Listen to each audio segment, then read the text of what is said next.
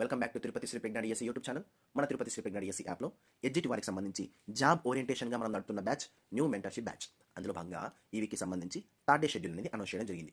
అసలు ఈ new mentorship batch అనేది ఎవరికి అవసరం?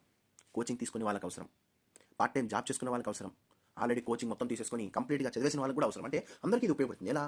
మనం అత్యంత ప్రామాణికంగా ప్రతిరోజు కూడా సిలబస్ అనేది అనౌన్స్ చేస్తాం.